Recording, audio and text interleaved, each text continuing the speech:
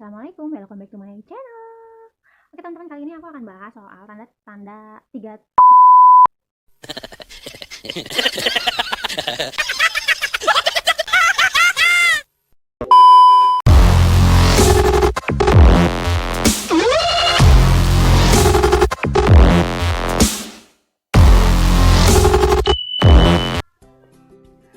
Hai, Assalamualaikum, welcome back to my channel. Oke teman-teman, kali ini saya akan bahas 3 tanda persalinan yang benar-benar sudah dekat. So kalau misalnya teman-teman udah ngalamin 3 tanda ini, kalian tuh udah harus benar-benar pergi ke rumah sakit atau ke bidan terdekat. Tapi sebelum dilanjut, jangan sampai lupa untuk di subscribe and like.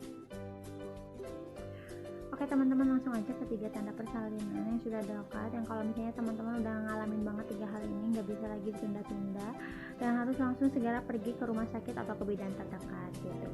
Nah sebelumnya teman-teman, maaf banget kalau misalnya informasi yang sampai itu kurang dimengerti atau gimana lah ya. Sebelumnya aku minta maaf dulu, soalnya di sini saya cuma berbagi pengalaman, sharing aku aja selama aku hamil, aku ngerasain seperti ini gitu teman-teman ya. Oke langsung aja, untuk yang pertama itu aku ngerasain yang namanya kontraksi gitu. Nah di sini tuh kontraksi untuk ibu baru yang baru memiliki seorang anak itu kan pasti bingung banget ya ngebedain kontraksi itu rasanya gimana, terus seperti apa.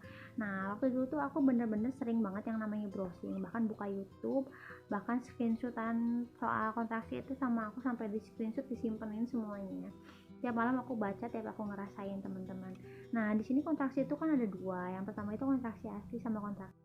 Nah, di sini teman-teman udah harus observasi dulu nih kontraksi yang teman-teman rasain itu kontraksi asli atau kontraksi palsu. Kalau teman-teman mau langsung ke rumah sakit, itu teman-teman pastiin kalau teman-teman itu ngerasainnya kontraksi asli gitu. Singkat cerita, dulu tuh aku nggak tahu banget ciri-ciri kontraksi gimana. Sekilas aku baca-baca di YouTube yang pasti itu rasa kontraksi itu kayak mulesnya tuh mules men sama mau pup itu sama banget pokoknya. Aku pikir itu aku mau lahiran, tapi ternyata enggak, itu drama dulu. Jadi aku 1 hari di sana karena kontraksinya itu ngilang-ngilang gitu. Jadi kalau kontraksi palsu itu jedanya itu lama. Jadi kadang ngerasain kontraksi, kadang enggak gitu. Udah gitu kalau misalnya dipakai istirahat, yang namanya kontraksi palsu itu pasti akan hilang rasa sakitnya gitu. Kalau misalnya kalian duduk atau kalian berbaring, itu pasti kontraksinya hilang gitu. Itu yang kontraksi palsu. Udah gitu frekuensi sama durasinya itu sebentar, nggak lama kalau yang kontraksi. Nah kalau misalnya kontraksi palsu itu udah pasti banget frekuensi sama durasinya gitu, pasti bentar banget, nggak akan lama gitu. Nah kalau kontraksi asli itu gampang banget ngebedainnya teman-teman, sombong banget ya. Jadi kalau kontraksi asli itu udah pasti banget sih frekuensi sama durasinya itu lama. Nah frekuensi sama durasi itu apa sih? Kalau frekuensi itu jumlah kontraksi yang berlangsung dalam 10 menit gitu. Sementara kalau durasi itu 30 detik atau 50 detik lamanya kalian ngerasain kontraksi dalam hitungan menit gitu. Jadi dulu tuh aku ngerasain banget kontraksi asli itu sampai 10 menit, itu ada kali sampai 10 kalinya aku ngerasain kayak gitu kontraksi aslinya. Soalnya itu bener-bener jedanya itu bener-bener lama banget. Udah gitu baru juga aku gerak dikit udah ngalamin yang namanya kontraksi. Oke, jadi seperti itu ya teman-teman. Yang pertama itu kontraksi. Jadi kalau kalian ngalamin yang namanya kontraksi asli, jangan dulu panik. Kalian observasi dulu apakah kontraksi kalian itu kontraksi asli atau kontraksi palsu. Pokoknya kalau kontraksi asli itu kalau kalian bawa tiduran, istirahat, bobo, mau duduk, itu pasti kalian gak akan hilang kontraksinya, masih terus-terusan ngalamin yang namanya kontraksi. Pokoknya hitungan dalam 10 menit kalian itu gak akan pernah ngerasain yang namanya bisa santai-santai duduk, nggak bisa. Pasti kalian bakal ngalamin yang namanya kontraksi. Dan 10 menit sekali saya tuh ngalamin sampai 10 kali, bahkan lebih ataupun kurang. Itu bener-bener udah yakin banget bakal ngelahirin. Soalnya sebelumnya saya ngalamin yang namanya kontraksi palsu dan saya langsung ke rumah sakit. Susternya pun ngasih tahu kalau yang namanya kontraksi palsu itu seperti ini. Jadi saya udah paham dulu kontraksi palsu itu pasti kalau dibawa istirahat akan hilang gitu. Jadi teman-teman juga sekarang kan karena juga kan udah canggih ya teman-teman, untuk menghitung kontraksi itu kalian tinggal download aja, ada aplikasinya kan ya, aplikasi untuk menghitung kontraksi langsung di download aja di HP-nya kalian. sekarang udah canggih banget pokoknya, jadi udah tahu gimana yang namanya kontraksi itu udah bener-bener kontraksi asli atau masih ngalamin kontraksi palsu gitu.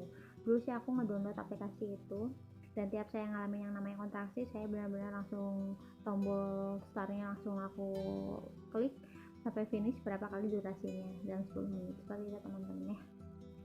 Oke, poin kedua di sini ada pecah ketuban ya teman-teman. Nah, untuk pecah ketuban ini saya nggak ngalamin sih ya teman-teman yang namanya pecah ketuban. Cuma sekali lagi di sini saya sharing, saya berbagi pengalaman setauku gitu ya. Kalau yang pecah ketuban itu udah harus pasti benar-benar ke rumah sakit atau ke bidan terdekat. Ini pun informasi langsung dari dokter waktu aku melahirkan, sama bidan yang ngurusin aku semasa aku hamil sampai melahirkan gitu. Nah, untuk pecah ketuban di sini untuk ibu baru pasti nggak tahu kan kalian ngebedain gimana sih yang namanya pecah ketuban, atau takutnya ini air pipis atau lendir. Nah, jadi teman-teman ya, untuk yang namanya air pipis tuh kalian udah pasti banget bisa ngebedain air pipis itu pasti bau pesing kan ya. Nah, kalau yang namanya pecah ketuban itu baunya sih katanya bau kayak bau amis gitu teman-teman. Nah, yang udah paling bahaya itu kalau air ketubannya warna hijau gitu. Jadi khawatirnya kalau pecah ketuban itu anak kalian itu keracunan atau kena bakteri, soalnya kan udah nggak dilapisin sama si air ketubannya gitu. Jadi si cairannya itu benar-benar keluar. Nah, kalian mau usianya berapapun itu kandungannya, kalau udah ngalamin yang namanya pecah ketuban itu kalian udah harus benar-benar langsung pergi ke rumah sakit atau ke bidan terdekat gitu ya teman-teman. Nah, untuk ngebedain si pecah ketuban itu bener atau enggak, kalian beli aja yang namanya kertas lakmus. Kalian bisa dapetin di apotek atau di laboratorium. Jadi untuk kertas lakmus itu seperti ini. Pokoknya banyak banget macam-macamnya, berbagai merek kalian bisa dapetin itu. Beli aja teman-teman, kalau nggak salah sih ya di bawah 100.000 harganya itu ada 100 lembar dan panjang-panjang gitu ya. Tadi kan aku udah liatin ya di atas. Nah, untuk teman-teman saya saranin beli kertas lakmusnya itu warna pink. Jadi di saat kalian ngerasain yang namanya rembes, kalian langsung lapin aja tuh ke misfi. Kalau misalnya si kertas lakmusnya berubah, jadi kalau misalnya si kertas lakmusnya berubah ke warna biru, itu udah fix pasti banget teman-teman ngalamin yang namanya pecah ketuban. Jadi jangan dulu panik, diobservasi dulu, makanya sediain aja dulu kertas lakmus di rumah, biar nanti kalau misalnya amit-amitnya kalian ngalamin pecah ketuban, kalian udah bisa langsung observasi gitu teman-teman. Nah, yang ketiga di sini aku ngalamin banget 1 hari mau lahiran, itu bener-bener keluar darahnya itu bener-bener nggak berhenti. Jadi saya sampai pakai pembalutnya itu pembalut yang bersalin. Di rumah sakit tuh saya langsung dikasih pembalut seperti itu. Jadi kalau kalian ngalamin yang namanya bercak atau flek keluar darahnya benar-benar banyak banget, gak berhenti dari sebelumnya, 2 minggu sebelumnya itu saya pernah ngalamin flek, tapi fleknya itu nggak sampai keluar banyak kayak orang mau lahirin banget pokoknya. Nah, kalau kalian udah ngalamin yang namanya keluar darahnya itu benar-benar banyak, itu udah pasti kalian mau lahiran teman-teman. Saya ngalamin di jam 2 malam itu keluar flek darah keluar banyak gitu tuh di hari Sabtu jam 2 malam. Lalu jam setengah 6 saya observasi langsung ke rumah sakit Boromingus, ke IGD, dan ternyata udah pembukaan 2 ya teman-teman. Yaitu pembukaan 2 itu saya benar-benar ngalamin yang namanya kontraksi 10 menit sekali, itu intens. Lalu durasinya juga kerasa banget, 20 detik sampai 50 detik itu benar-benar kerasa kencang banget dalam 10 menit, gak berhenti namanya kontraksi. Lalu saya ngerasain yang namanya keluar flek darah itu banyak banget, kayak yang mau ngelahirin bener-bener banyak, pokoknya kayak yang bener-bener mau lahiran aja gimana. Nah, untuk teman-teman juga kalau udah ngalamin hal seperti itu jangan dulu panik, pokoknya langsung aja observasi, insya Allah udah pasti kalian tuh lahiran kalau udah ngalamin 3 hal itu gitu teman-teman. Ya, jadi untuk video kali ini sekian aja teman-teman, sampai di sini informasinya, informasi sharing aku, semoga bermanfaat. Mohon maaf banget. Oke teman-teman, sekali lagi mohon maaf banget ya kalau penyampaiannya kurang jelas, kurang dipahami, atau suaranya kekencengan, kekecilan, atau kecepatan gitu ya. Pokoknya di sini saya cuma sekedar sharing pengalaman aku selama aku ngalamin 3 tanda ini udah pasti banget akan ngalamin yang namanya persalinan dalam waktu dekat gitu. Mungkin entah malamnya atau besoknya atau beberapa jam kemudian, karena setiap ibu itu kondisinya nggak sama. Tapi insya Allah kalau udah ngalamin 3 hal ini, persalinan kalian ya akan lama gitu. Nah, untuk teman-teman thank you banget sudah tonton videoku. Insya Allah kedepannya saya akan upload lagi video di saat detik-detik saya mau ngelahirin dan ciri-ciri lainnya 2 minggu saat mau persalinan gitu ya.